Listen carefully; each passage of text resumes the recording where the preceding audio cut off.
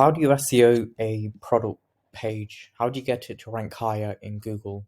That's exactly what I'll be going over in this video. So first of all, I'm sorry about my voice. I've got a bit of a cough.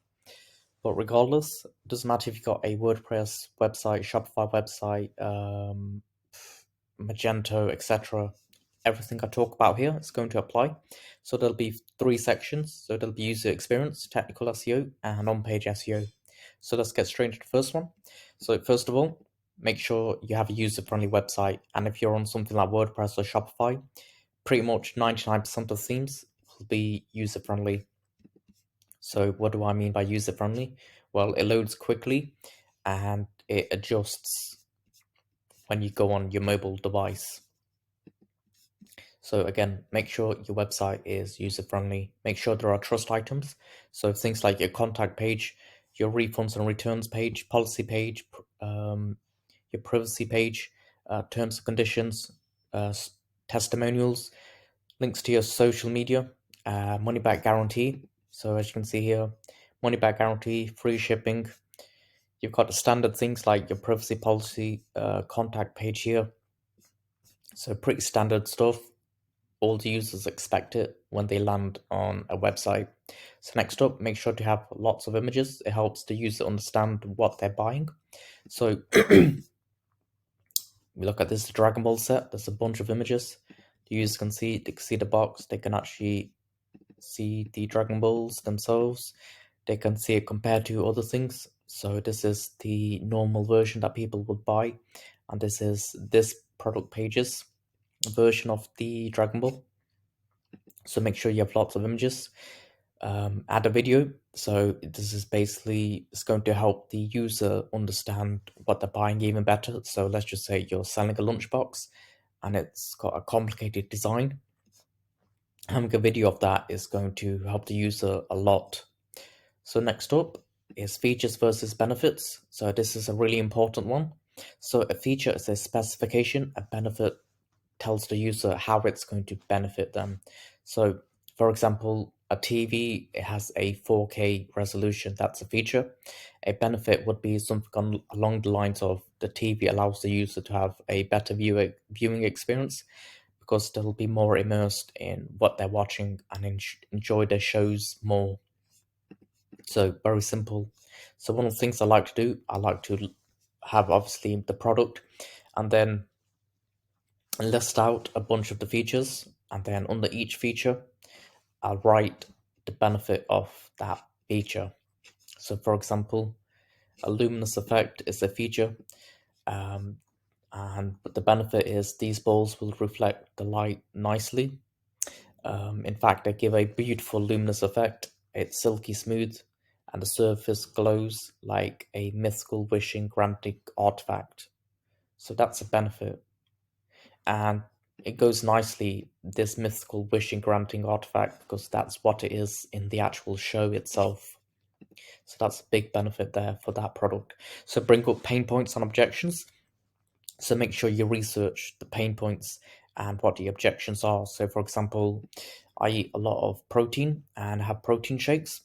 And one of my pain points and objections is I get sick of the taste pretty quickly. I get tired of it.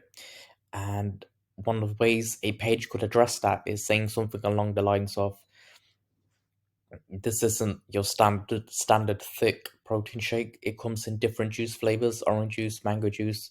It's thin and easy to digest. So you've just tackled an objection and a pain point. So in this example here, a pain point that I found going through Facebook groups and different forums was the item that they bought, it'd be really small. So it'd be this version, whereas our version was a much more life-size type of figure. As you can see here, we emphasized it with the hand. So you want to do something like that. Make sure you've got shipping information. The user always wants to know how long a product takes to arrive. We all do. They don't want to be searching around on your pages trying to find a shipping page. Make sure to have it on the product page if you can. So there's a tab here, shipping will take 14 days to the US. So I like to see it be a bit more specific. So is this all of the US? Does it ship internationally? So these are things you're going to want to add. a clear way to contact support. So if you're not an established brand in your space and the user's buying from you for the first time, they'll be hesitant. So a clear support option on your page, will help alleviate their hesitance to make a purchase. So as you can see here, it says how many questions or concerns, email support. So it's right there. So as you load it, it's right here above the fold. So when someone types this in, I believe the keyword is real life Dragon Ball figures. Or was it real life Dragon Balls? Either way, ranks here. They can learn a bit more about it. And when they go on the view store, that email support's there. So they've never heard of you, but you're offering support, you're offering money back guarantee, and this is going to help them make a purchase. So next up, make sure to add reviews. This is a critical one. So if you're like me, you look at the reviews when you're on Amazon or any website, and so will your user. So reviews play a critical role whether a person does and doesn't make a purchase. So encourage people to leave reviews. And this is kind of like social proof. It just tells people you're not afraid, you know you've got a good product when you add something like this, a review form. And you don't have to allow that review to automatically be published to your page. It could be held for a review. So make sure you've got lots of different reviews. If you just started up your website, then you could just ask some family and friends to leave some reviews. So last but not least, add a way to share. This is especially important if you've got a viral type of product. So I remember years ago, Assassin's Creed was the Assassin's Creed game was really big, and one of the things they had was this Assassin's Creed jumper. You spelled that wrong. Butchered that spelling, but yeah, I remember these are really big, and they're going viral on Facebook. So if you've got that type of product, make sure you've got some social media buttons, as you can see here. Add the most relevant ones, so Facebook, Twitter, Tumblr probably needs to be removed. Add an Instagram here, that's what I'd recommend. And that's it from the user experience perspective. So next up, technical SEO. I'll go over the main parts. So first of all, the schema. So what is it? So schema, or structured data, as it's also referred to, it's essentially makeup for your website, and it allows the users and search engines to better understand your content. So for example,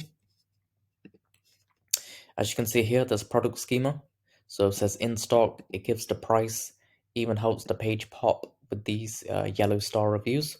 And if we click on the page, and if you install Easy SEO extension, it's a free SEO extension, we go down to schema, you can see there's product schema. So you can see there's review, you can see the price, you can see the availability. So it says in stock. So make sure you add that schema to your page. So next up, can't talk. So next up, make sure you've got an indexability tag in terms of allowing it to be indexable. So there's two types of tags in terms of indexability. So no index and index. So you want to make sure yours is index. So again, you can use the SEO extension. And you can see on the indexability, it says allowed. So let's go over to this page. Indexability allowed. So that's all you want.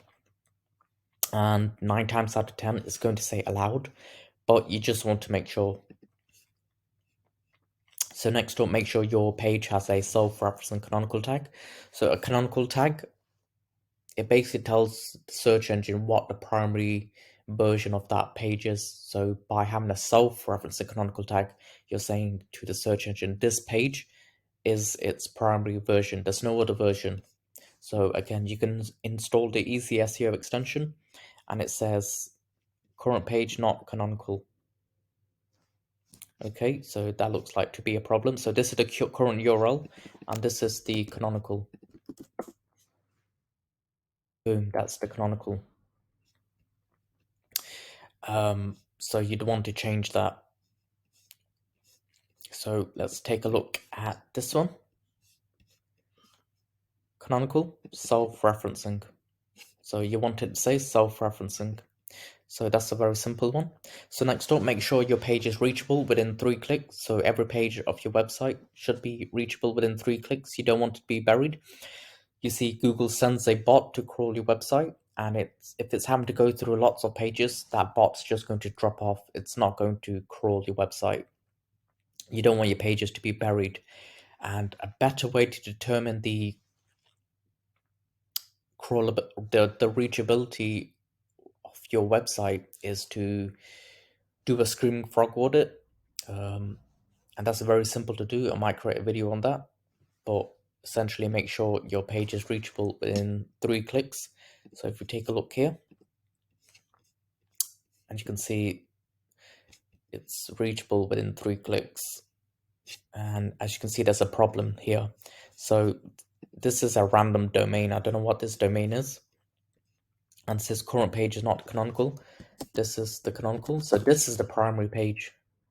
But for some reason, this is linking to the non-canonical page, when really it should be linking to the canonical page.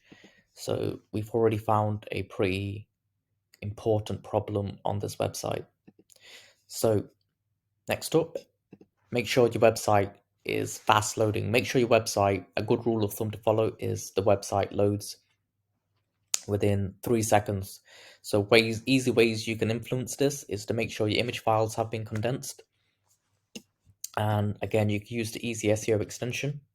So if you go to images, and if you go down to large image files, so we can see one image is over 100 kilobytes. So you can just reduce this.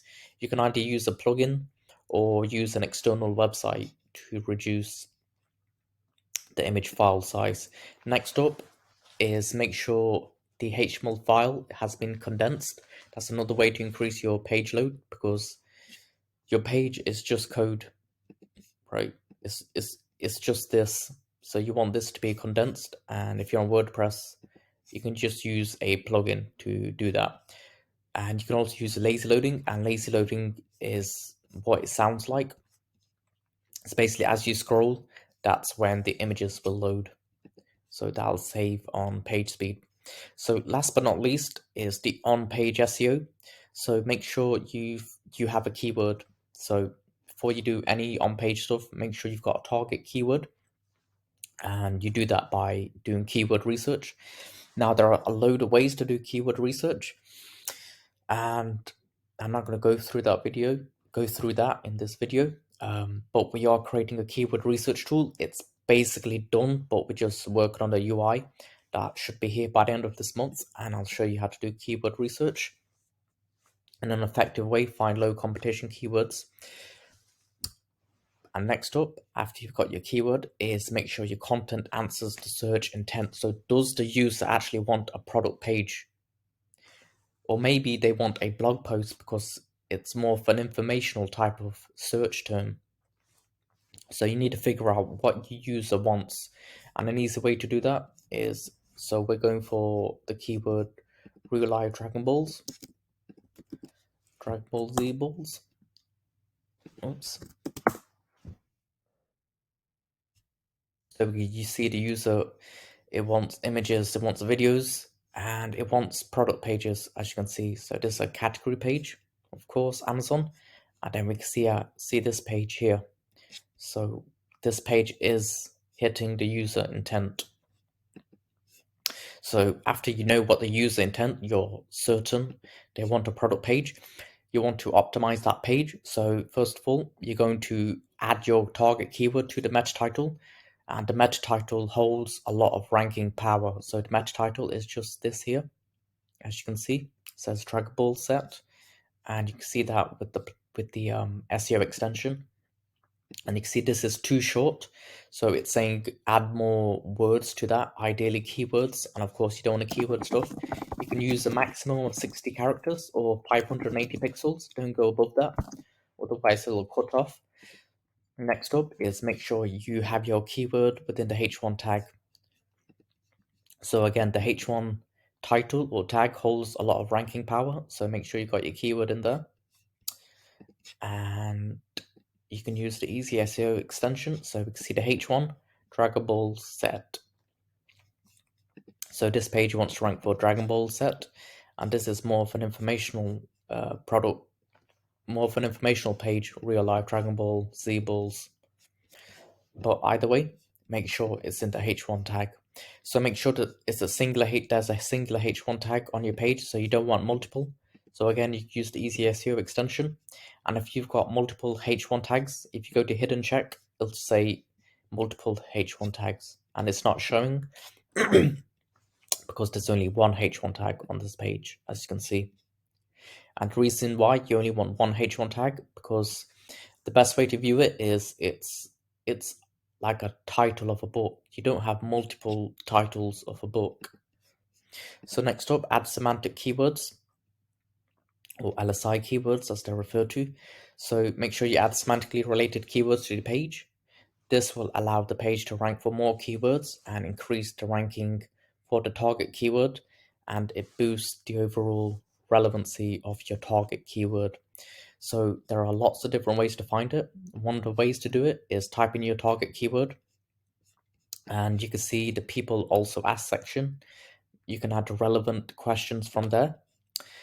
You can see the meta description. So look at the bolding terms. So you can see it says DBZ. So that's a semantically related keyword because it's a shorter version for Dragon Ball Z, DBZ. Replica, as you can see, it says real life Dragon Ball Z balls, but it says replica in here. Again, another semantically related keyword you want to add. And if we go to the bottom here, here are more versions. So set, for sale, extra large. And this is a very manual process. It can take a while. So I've created a tool that helps you do this. It'll be available very soon, hopefully by the end of the month. And you can just type in a keyword and it'll pull all the LSI keywords out. So nearly done here. So does the call to action button stand out? So you can see there's a white theme going on here, and this dark type of orange, it stands out amongst the white. So that would be a good color option, or maybe not, because the 5-star review is orange as well. So that's something you'd want to test, and an easy way to get a better understanding of what color this should be is go to color wheel, and let's just say your website's theme is red. The opposite of red is green. Let's just say your website color is blue. The opposite of that is orange. So you'd want your button to be orange. You'd want it to stand out. And again, this is something that you would test. Now, last but not least is make sure there are incoming internal links. And also, I'm sorry about the echo in here. But anyways, so make sure there are incoming internal links. So if your page isn't receiving any internal links, it's an orphan page, which means Google shows it no love, because if you're not willing to show it any love by linking to it, then why should Google think it's important? So you want to add some internal links. So you can do that through the category page. You can do that through your blog post. So we've got this type of Dragon Ball blog post here. So you can add an internal link to this page. So that's pretty much it. Those are the 3 sections. Of course, you can go through more optimization features, but these are the main ones. I don't want to create a giant 100, 200 word checklist. It's just completely irrelevant. You're not going to get anywhere with that type of thing. So instead, go through the most important stuff. And yeah, that's pretty much it for this video.